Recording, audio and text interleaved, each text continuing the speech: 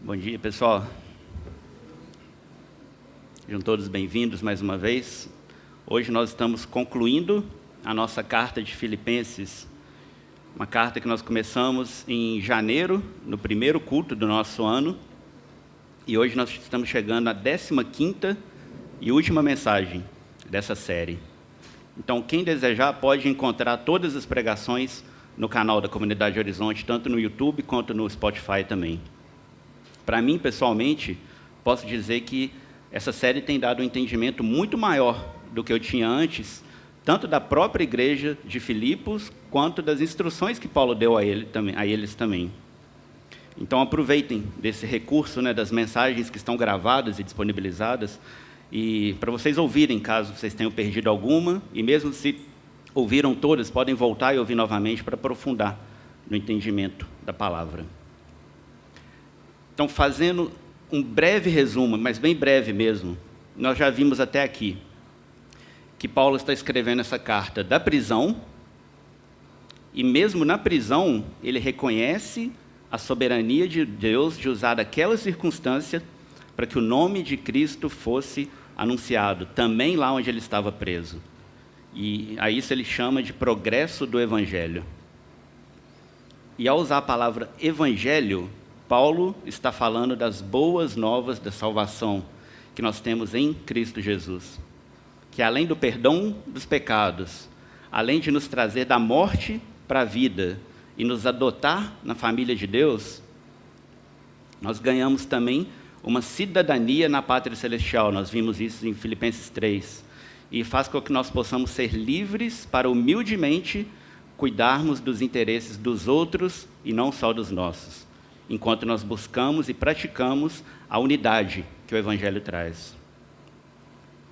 E além disso, nós ganhamos também a liberdade de pôr em ação a nossa salvação através de uma vida digna do Evangelho. Paulo fala isso também na carta. E até mesmo com coragem para resistirmos àqueles que se opõem a nós, seja isso através da vida ou através da morte. E na semana passada, nós vimos que a alegria no Senhor e a paz do Senhor, que excede todo entendimento, nos possibilitam viver contentes em toda e qualquer circunstância. Pois, como nós veremos na passagem de hoje, nós temos a promessa de que Deus suprirá todas as nossas necessidades, de acordo com as suas gloriosas riquezas em Cristo Jesus. E porque o nosso Deus é digno de confiança e Ele nunca muda, nós também podemos nos apegar a outra promessa que nós encontramos aqui na carta aos Filipenses, de que aquele que começou boa obra em nós vai completá-la até o dia de Cristo Jesus. Quando nós falamos sobre o dia de Cristo Jesus, e nós já falamos isso durante a série, ou o dia do Senhor, como nós lemos em outras passagens do Novo Testamento, nós entendemos que isso se refere ao dia que o Senhor Jesus voltará para julgar os vivos e os mortos, e toda maldade e todo pecado serão julgados com justiça. Nós vimos um pouco sobre isso quando nós analisamos o versículo 11 do capítulo 3, quando Paulo fala sobre alcançar a ressurreição dentre os mortos. Os que se recusaram a ouvir e receber a palavra da vida são aqueles que ressuscitarão para a condenação eterna. Isso é o que Jesus fala em João 5:29. Os que receberam e retiveram a palavra da vida, confiaram e se entregaram a Cristo, são os que entrarão para a alegria do seu Senhor. Sobre eles, Paulo diz o seguinte, em 2 Timóteo, capítulo 4, versículo 8.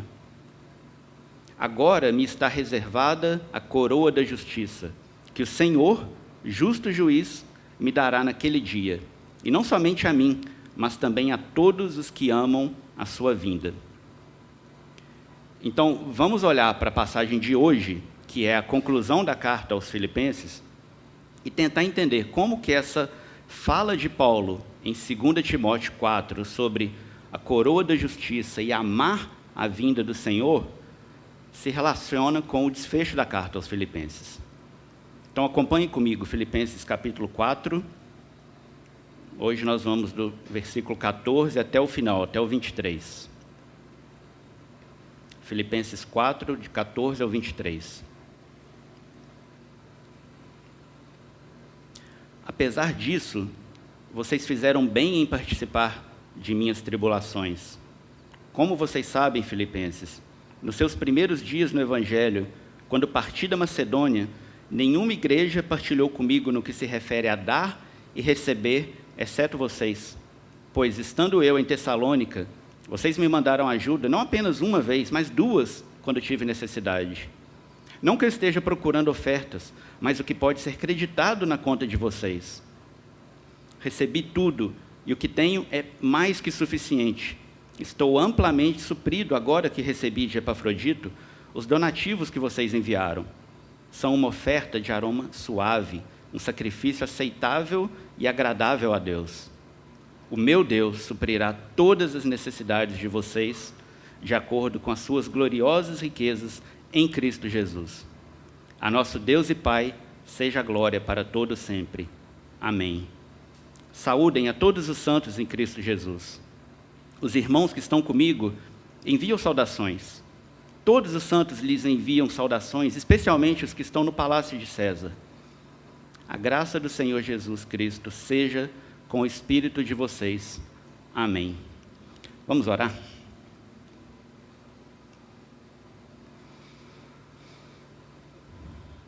Ó Pai, muito obrigado por termos a liberdade de poder abrir a palavra do Senhor e compartilhá-la livremente. Muito obrigado pelo privilégio que a palavra do Senhor, a palavra da salvação chegou a nós. E agora, enquanto nós a abrimos, nós pedimos pela obra que somente o Senhor pode fazer, que é abrir os corações para que essa mensagem faça sentido e que essa palavra não volte vazia, Pai. Então, confiamos ao Senhor o desfecho dessa carta e confiamos ao Senhor o fruto que ela pode produzir.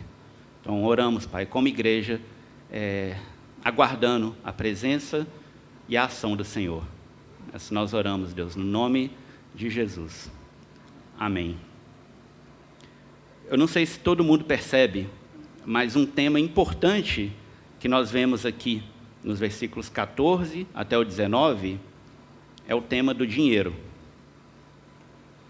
E pelo fato de nós sermos completamente contra o evangelho da prosperidade, que é o falso evangelho que prega que se você der seu dinheiro para Deus, Ele vai retribuir com toda sorte de bênçãos financeiras, materiais, bênçãos no casamento, bênçãos na saúde. E também por causa do estigma que a igreja evangélica já carrega, por causa de tantos maus testemunhos relacionados a esse tema, é muito fácil para nós, numa tentativa de não sermos associados a eles e ser colocados na mesma caixa, querer evitar assuntos relacionados ao dinheiro. E o que é pior, nos afastar dos textos bíblicos que são usados por pregadores da prosperidade. O campeão talvez seja 2 Coríntios 9, mas esse versículo 19 do capítulo 4 também é muito usado, só que infelizmente com motivações erradas. Mas, gente, esses textos, mesmo que sejam usados com motivações erradas ou não, eles estão na Bíblia. Tem um pastor chamado Sam Storms, ele diz uma frase bem legal, que em inglês fica ainda mais legal por causa do jogo de palavras que ele usa. Ele diz o seguinte: abuse is no excuse for disuse, the solution is proper use, que quer dizer, abuso não é desculpa para o desuso, a solução é o uso correto. Ele fala isso quando ele está ensinando sobre dons espirituais, mas eu acho que nós podemos fazer um paralelo aqui também com o tema do dinheiro. O abuso que nós vemos sobre esse tema não é desculpa para deixarmos de falar do tema. A solução é buscar entender e falar o que o texto está dizendo. Vamos olhar então o que o texto está dizendo. Versículo 14. Apesar disso, vocês fizeram bem em participar de minhas tribulações. Então, nós sabemos que Paulo estava na prisão, e nós sabemos que até a chegada de Epafrodito com as ofertas, ele estava passando por necessidade. como, então, que os filipenses participaram das tribulações de Paulo? Como nós sabemos, pelo contexto de 2 Coríntios 8, que é uma passagem, inclusive, que o Kent pregou em setembro do ano passado, quando ele estava nos visitando, nós vimos que a igreja de Filipos, que é uma das igrejas da região da Macedônia, juntamente com Tessalônica e Bereia, estava numa condição de extrema pobreza. Mas, ainda assim, nós vemos o relato em 2 Coríntios 8, de que eles suplicaram insistentemente o privilégio de participar da assistência aos santos, quando Paulo estava levantando recursos para a igreja em Jerusalém, que estava passando por muitas dificuldades também. E também aqui na nossa própria passagem de Filipenses, nós vemos que os filipenses estão alegremente enviando as ofertas para Paulo através das mãos de Epafrodito. E aqui nós vemos uma característica muito especial e muito legal dessa igreja de Filipos, que é a generosidade. Pesquisando o significado da palavra generosidade, eu encontrei uma definição bem interessante, que diz que generosidade é a virtude daquele que se dispõe a sacrificar os próprios interesses em benefício de outrem. Generosidade é a virtude daquele que se dispõe a sacrificar os próprios interesses em benefício de outrem. E através da generosidade, que para eles foi um grande sacrifício por causa da condição de extrema pobreza que eles se encontravam, eles também participaram das tribulações pelas quais Paulo estava passando. E aqui volta um tema que nós já vimos lá no capítulo 1 da carta, que é a parceria no Evangelho, ou a cooperação no Evangelho, como a NVI traz. Seguindo, versículo 15. Como vocês sabem, filipenses, nos seus primeiros dias no Evangelho, quando parti da Macedônia, nenhuma igreja partilhou comigo no que se refere a dar e receber, exceto vocês. Pois, estando eu em Tessalônica, vocês me mandaram ajuda não apenas uma vez, mas duas, quando tive necessidade. Então, quando Paulo fala sobre os primeiros dias do Evangelho, ele está falando das suas primeiras viagens missionárias. E, nesse caso específico, ele está falando da sua segunda viagem missionária, que foi quando ele passou pela região da Macedônia. Ou seja, quando ele passou por Filipos, depois por Tessalônica, depois por Bereia.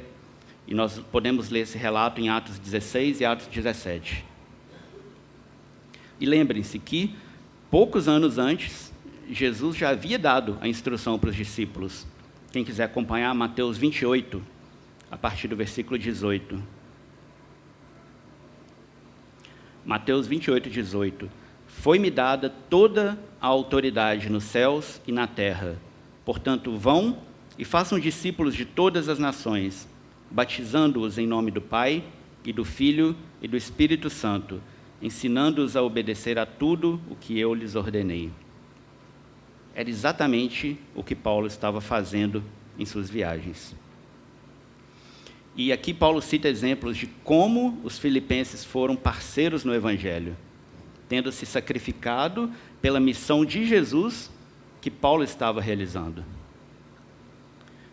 Comecem a observar como generosidade e missões estão ligadas, como elas andam lado a lado. Eu vou falar mais sobre isso daqui a pouco. Versículo 17. Não que eu esteja procurando ofertas, mas o que pode ser creditado na conta de vocês. Recebi tudo, e o que tenho é mais que suficiente. Estou amplamente suprido agora que recebi de Epafrodito os donativos que vocês enviaram. São uma oferta de aroma suave, um sacrifício aceitável e agradável a Deus.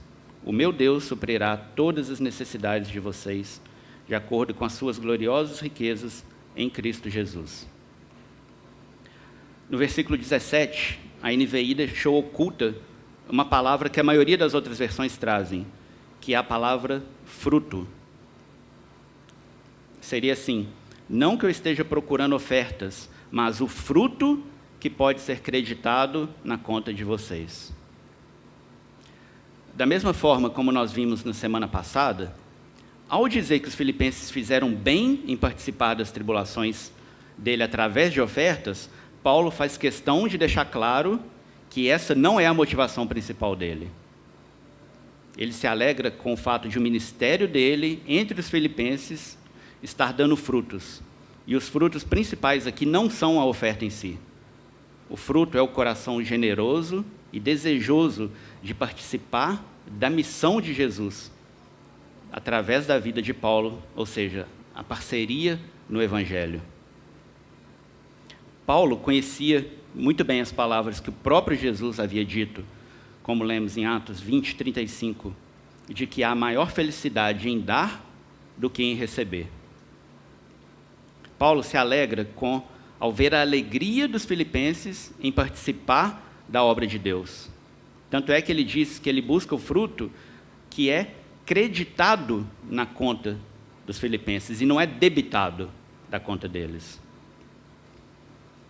Depois ele diz que Deus reconhece esse sacrifício que os filipenses estão fazendo e que essa oferta tem um aroma suave e Deus se agrada dela. E no versículo 19, nós lemos: o meu Deus suprirá todas as necessidades de vocês, de acordo com as suas gloriosas riquezas em Cristo Jesus. Como eu disse, pelo fato de essa ser uma passagem que muitas vezes é usada por pregadores da prosperidade para incentivar a doação com promessas de bênçãos financeiras apenas, seria fácil simplesmente querer evitar textos como esse. Mas o texto está aqui, na passagem de hoje, e nós precisamos olhar para ele. Uma coisa que nós precisamos reconhecer: a ideia de recompensa é bíblica. Pode não ser confortável ouvir ou falar sobre isso, por causa dos abusos, mas essa ideia está presente em várias passagens. O próprio Jesus várias vezes fala da recompensa que nós teremos se nós fizermos isso ou aquilo. Então, como nós vimos, a solução para o abuso de passagens como essa não é o desuso, não é deixá-la de lado, mas é o uso correto. Lembre-se de uma verdade: tudo o que Deus faz é para a sua própria glória.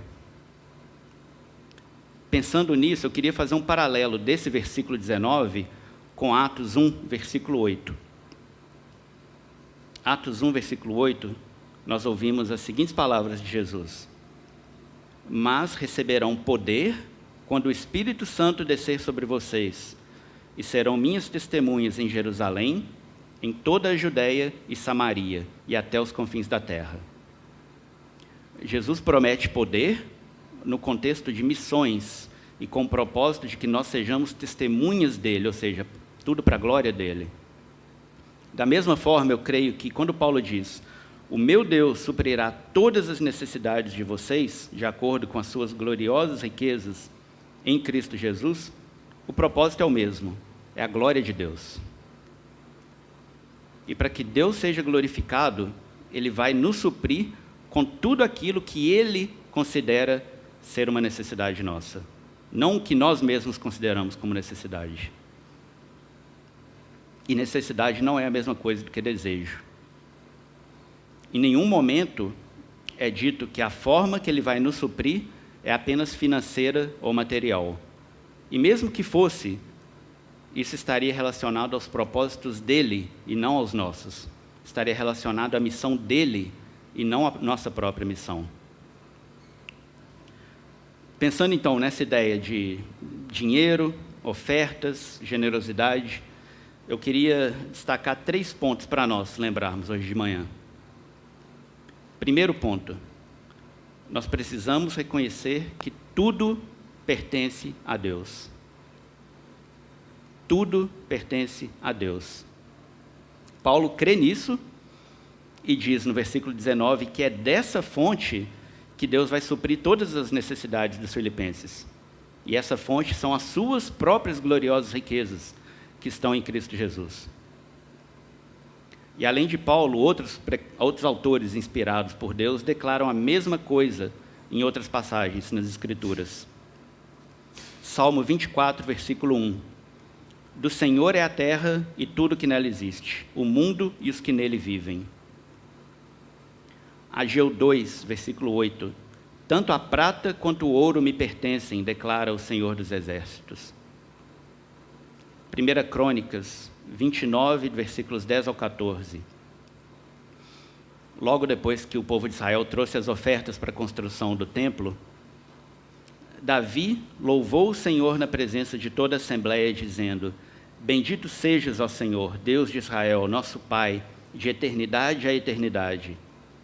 Teus, ó Senhor, são a grandeza, o poder, a glória, a majestade e o esplendor, pois tudo o que há nos céus e na terra é teu. Teu, ó Senhor, é o reino, tu estás acima de tudo. A riqueza e a honra vêm de ti. Tu dominas sobre todas as coisas. Nas tuas mãos estão a força e o poder para exaltar e dar força a todos. Agora, nosso Deus, damos-te graças e louvamos o teu glorioso nome. Mas quem sou eu e quem é meu povo para que pudéssemos contribuir tão generosamente como fizemos? Tudo vem de ti e nós apenas te demos o que vem das tuas mãos. O pastor John Piper, falando sobre ofertas, dízimos e generosidade, ele disse o seguinte em uma das suas pregações: a melhor maneira que eu conheço de captar o espírito da generosidade do Novo Testamento é simplesmente dizer: num mundo onde 10.000 pessoas estão morrendo de fome por dia e um número muito maior está perecendo na incredulidade, a questão não é quanto devo dar, mas quanto me atrevo a manter. A questão não é eu devo dar o dízimo, mas quanto do dinheiro que Cristo confia a mim eu posso tomar para o meu próprio uso particular. O problema financeiro na igreja atualmente não é o dízimo, mas a exorbitância do estilo de vida. A questão não é eu tenho condições de dar o dízimo, mas eu posso justificar o estilo de vida que consome 90% da minha renda? E por trás disso está a pergunta: eu adoro usar o dinheiro de Deus para partilhar a justiça, a misericórdia e a esperança espiritual no mundo? Ou prefiro roubar seu dinheiro para comprar mais e mais conforto pessoal?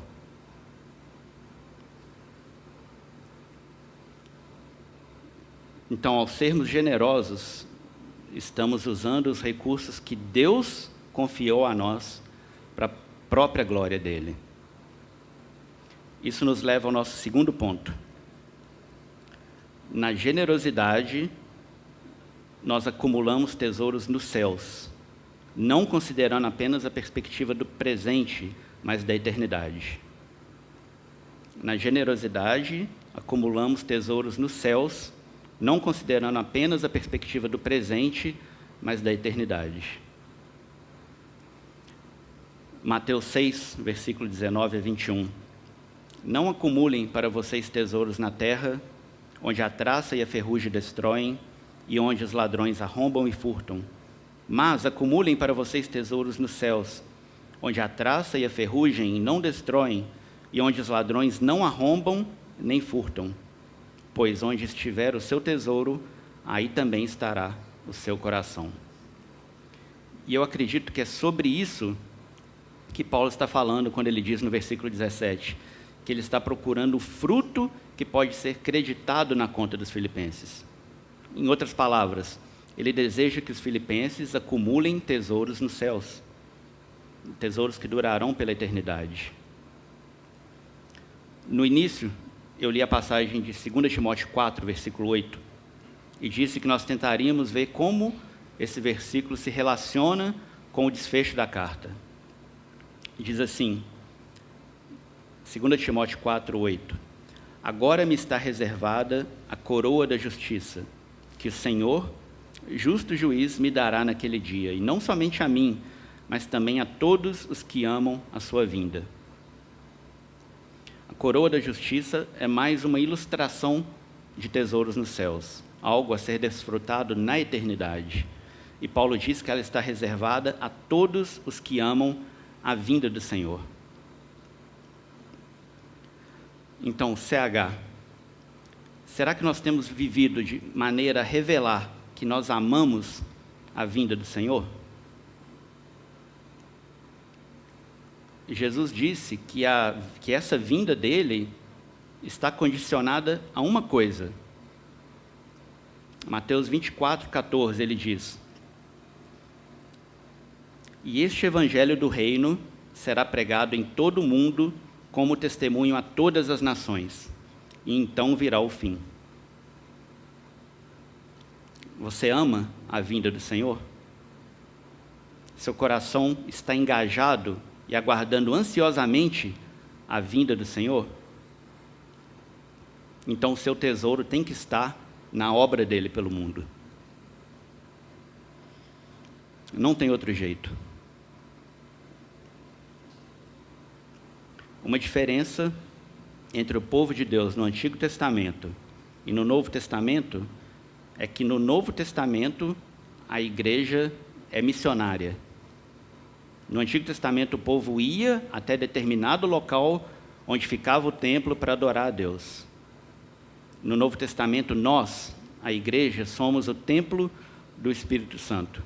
E o nosso chamado é ser bênção para as nações. De que maneira?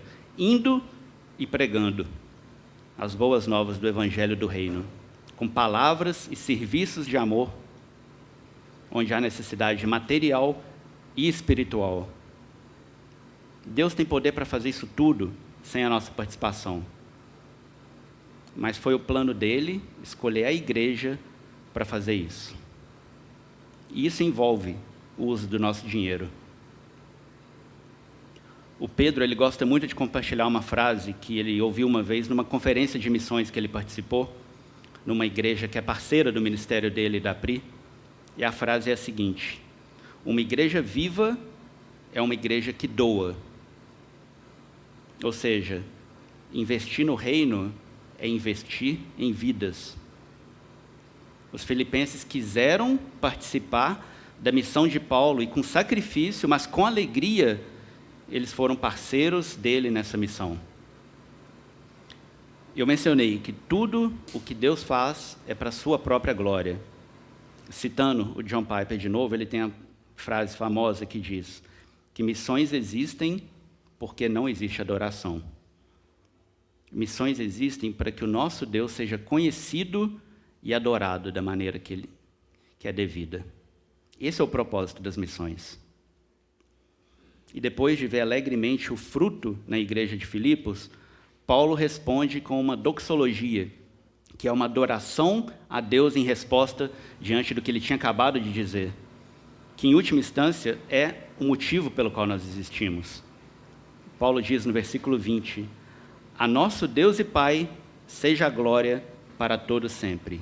Amém. Nós adoramos a Deus, reconhecendo que tudo vem dele, e ao fazer isso, nós nos juntamos ao seu propósito maior, ou seja, a sua própria glória. E chegamos aos versículos finais, que em algumas versões vai trazer o título Saudações Finais. Versículo 21. Saúdem a todos os santos em Cristo Jesus. Os irmãos que estão comigo enviam saudações. Todos os santos lhes enviam saudações, especialmente os que estão no palácio de César. A graça do Senhor Jesus Cristo seja com o espírito de vocês. Amém. Com isso eu quero concluir com o nosso terceiro e último ponto. Na generosidade, nós imitamos aquele a quem seguimos. Na generosidade, nós imitamos aquele a quem seguimos, pois o nosso Deus é um Deus generoso. Nosso Deus é um Deus bondoso, que na sua infinita graça nos concede o que nunca poderíamos ter por mérito. A definição que eu li antes diz que generosidade é a virtude daquele que se dispõe a sacrificar os próprios interesses em benefício de outrem. A única ressalva em relação a essa definição do dicionário é que Jesus não apenas estava disposto a sacrificar, Ele de fato sacrificou. Porém, não apenas os próprios interesses, mas a própria vida. E tudo isso por amor. Se uma igreja viva é uma igreja que doa, é porque a igreja, que é o corpo, responde à orientação e exemplo daquele que doou a própria vida, mas que hoje está vivo e é o cabeça da igreja. Ao dizer, nos versículos 21 e 22, saúdem todos os santos, e todos os santos lhes enviam saudações, Paulo está mostrando que cada vida, cada pessoa no corpo de Cristo é reconhecida, é vista e tem seu valor.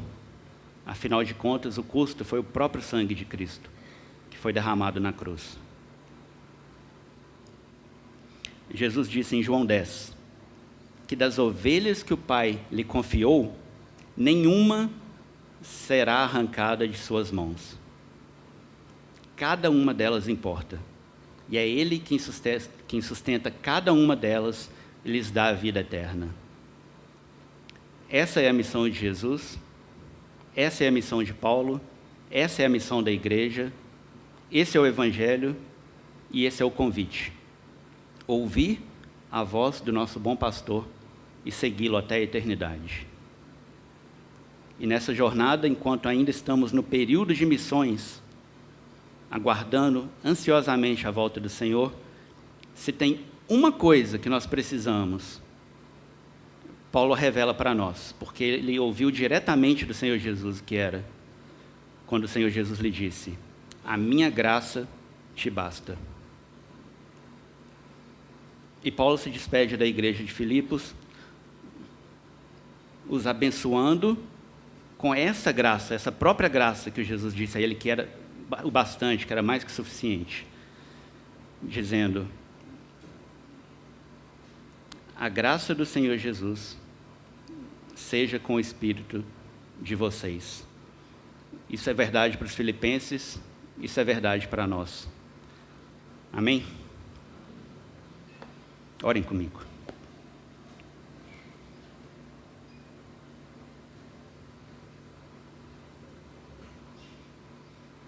Ó Pai, nós confessamos que nós ainda conhecemos muito pouco dessa graça, porque ainda nós temos corrido atrás de outras coisas, Pai, que não são o Senhor.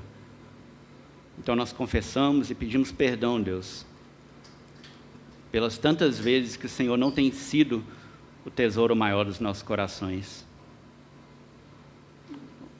Ajuda-nos, Deus, a reter a palavra da vida, transforma-nos pelo fruto que a palavra gera, põe em nós um coração desejoso, assim como dos filipenses, que mesmo em meio à mais intensa miséria, suplicaram o privilégio e alegremente de poder participar da obra do Senhor, na parceria do Evangelho. Então, faz de nós, Pai, uma igreja viva, uma igreja que doa e uma igreja que testemunha, que ama a vinda do Senhor. Nós não temos, Pai, condições de fazer isso com as nossas próprias forças e com os nossos próprios recursos, pois não temos nenhum. Reconhecemos que tudo vem do Senhor. Por isso, declaramos isso hoje e clamamos pela ajuda do Senhor, pela transformação que só o Senhor pode fazer em nossos corações, em nossas vidas. E queremos, Pai, lembrar que o Senhor é um Deus bondoso, o Senhor é um Deus generoso. Ajuda-nos a seguir o exemplo daquele que nos salvou. Seja conosco, Pai, individualmente, como igreja, e glorifica, Pai, o Teu nome através de nós. Essa é a nossa oração, Pai, que nós fazemos no nome de Jesus. Amém.